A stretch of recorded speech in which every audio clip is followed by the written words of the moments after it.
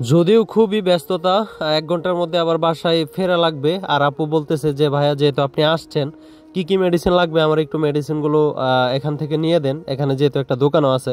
তো যাই হোক, আমি একে একে সবগুলো মেডিসিন যেগুলো প্রাথমিক অবস্থায় লাগবে, দেখতে পারতেছেন পলিথিনের ভিতরে ভরা, তো মেডিসিনগুলো সবগুলো একটা একটা করে নিলাম। আপুরে নিয়মকানুন সহকারে এখানে দেখাই দিলাম। আর আমি এখন অবস্থান করতেছি হচ্ছে ভালুকা উপজেলাতে। 100 টাইগার মুরগির বাচ্চা নিয়ে আসলাম এক আপুর জন্য। আসসালামু আলাইকুম, আশা করি সবাই অনেক ভালো আছেন। আলহামদুলিল্লাহ, আল্লাহর রহমতে আমি অনেক ভালো আছি। তো দেখতে পারতেছেন আমার বাইকের পিছনে দুইটা জরির মধ্যে 120 টাইগার মুরগির বাচ্চা। তো বাসা থেকে বের হয়েছি মূলত হচ্ছে 15 মিনিট হয়েছে। আর এর মধ্যেই দেখি বাচ্চাগুলো, জরিটা যে বাদ দিছি ওইটা আসলে নড়বড়ে হয়ে গেছে। পরবর্তীতে আবার বাইকটা থামায়া মূলত হচ্ছে এখান থেকে ভিডিওটা স্টার্ট করলাম এবং মজমত করে আবারও বাদ দিছি। পিছনে একটা ককশিট দিছি যাতে পরিমাণে, যেহেতু বাইকটা মোটামুটি ভালো স্পিডে চালায়, 75 থেকে 90 কিলোমিটার বেগে চালায় হাইওয়ে রোডের মধ্যে, সেক্ষেত্রে অনেক বাতাস লাগে। তো এই জন্য সুন্দরভাবে ঘুরে নিছি যাতে বাতাসটা সরাসরি এদের শরীরে না লাগে।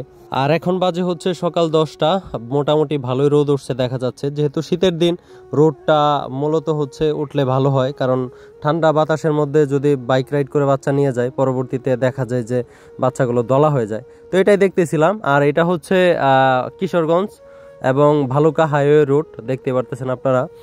তো আর এই হচ্ছে আমার গেট আপ, কারণ হেলমেট পরে মূলত হচ্ছে বাইক রাইড করার চেষ্টা করি সর্বোচ্চ সেফটি নিজের মেনটেন করে, কারণ তা না হলে রাস্তার মধ্যে অনেক পুলিশে অনেক মানে ভেজাল করে। আর দ্বিতীয়ত হচ্ছে যেহেতু অনেক ঠান্ডা, এই জন্য আসলে হেলমেট পরে বাইকটা রাইড করতে গেলে অনেক সুবিধা হয় আমার জন্য। তো গতকালকে একটা ভিডিও আপলোড করছিলাম, হয়তো আপনারা দেখছেন। নাটোর থেকে এক ভাই আমার বাচ্চা নিয়ে টাকাগুলো দেয় নাই। তো যাই হোক, ওইটার বিষয়ে আজকে আর না বলি। তো অনেকেই হয়তো দেখলাম যে অনেক ভালো ভালো কমেন্ট করছেন আমার কাছ থেকে, যারা বাচ্চা নিছেন, হয়তো যারা নিয়ে ভালো করছেন তারাও সুন্দর সুন্দর কমেন্ট করছেন। আমি আজকের ভিডিওতে আপনাদেরকে ধন্যবাদ জ্ঞাপন করছি। তো যাই হোক, এই বাচ্চাগুলো যে আপুর জন্য নিয়ে যাচ্ছি, উনি বারবার একটা কথাই বলছিল, ভাই আমি প্যারেন্টস করবো, এজন্য সবচাইতে ভালো মানের A+ ক্যাটাগরির এবং 2টা ভ্যাকসিন করা বাচ্চাগুলো ওনার জন্য নিয়ে যাচ্ছি। আশা করি আপু দেখে অনেক খুশি হবেন। যাই হোক, এখানে দেরি করছি না, দেখা হচ্ছে নেক্সট গন্তব্যে গিয়ে।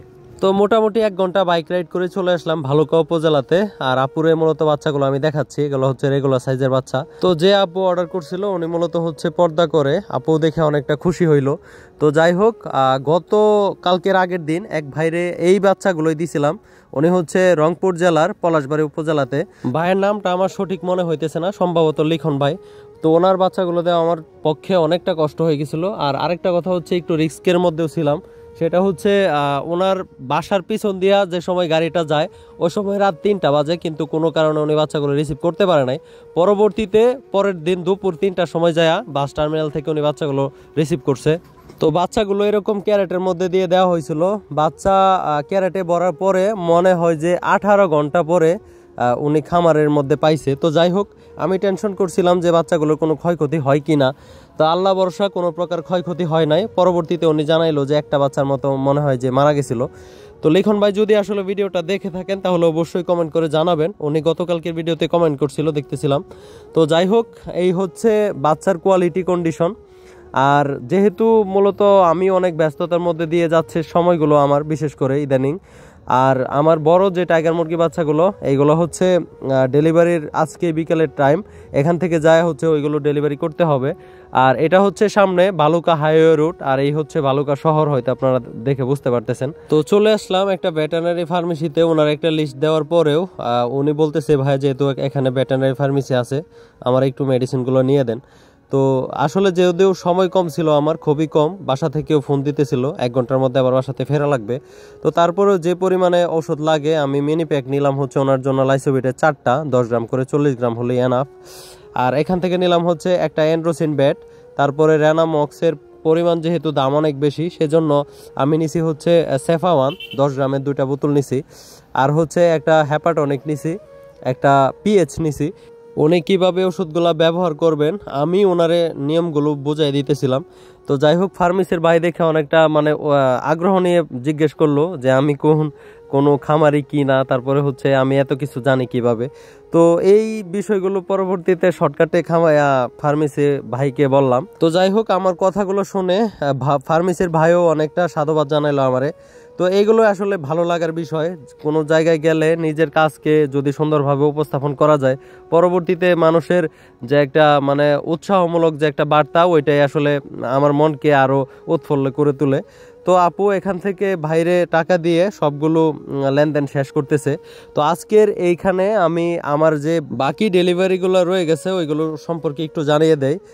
বাগেরহাট থেকে এক ভাই 100 পিস টাইগার মুরগি বাচ্চা অর্ডার করছিল, ওনারগুলো বাকি রয়ে গেছে, আশা করি 2 দিনের মধ্যে ওনার বাসাতে চলে যাবে। তারপরে কুমিল্লা থেকে এক ভাই 100 পিস বাচ্চা অর্ডার করছিল, আশা করি আগামী 2 দিনের মধ্যে ওনার বাচ্চাগুলো পেয়ে যাবে। আর গতকালকে হচ্ছে এক ভাই সিলেট কদমতলী বাস টার্মিনাল থেকে এক ভাই 150 পিস বাচ্চা অর্ডার করছে, আশা করি যে 2-1 দিনের মধ্যে ওনার বাচ্চাগুলো চলে যাবে, সামনের হ্যাচিং এর মধ্যে দেওয়ার চেষ্টা করব। আর আজকে থেকে আরো 15 দিন আগে এক ভাই গাজীপুর থেকে 100 পিস টাইগার মুরগির বাচ্চা বুকিং দিয়ে রাখছে, অ্যাডভান্স করে রাখছে। উনি ফেব্রুয়ারি মাসের 1-2 তারিখে নেবে এমনটাই বললো। তো যাই হোক, এই ছিল আজকের ভিডিওটা। যদি কারো কিছু জানার থাকে তাহলে অবশ্যই কমেন্ট করবেন, আমি চেষ্টা করবো আপনাদের কমেন্টের জবাব দেওয়ার। তো ভালো থাকবেন সবাই, ভিডিওটা এখানে শেষ করছি। আসসালামু আলাইকুম, আল্লাহ হাফেজ।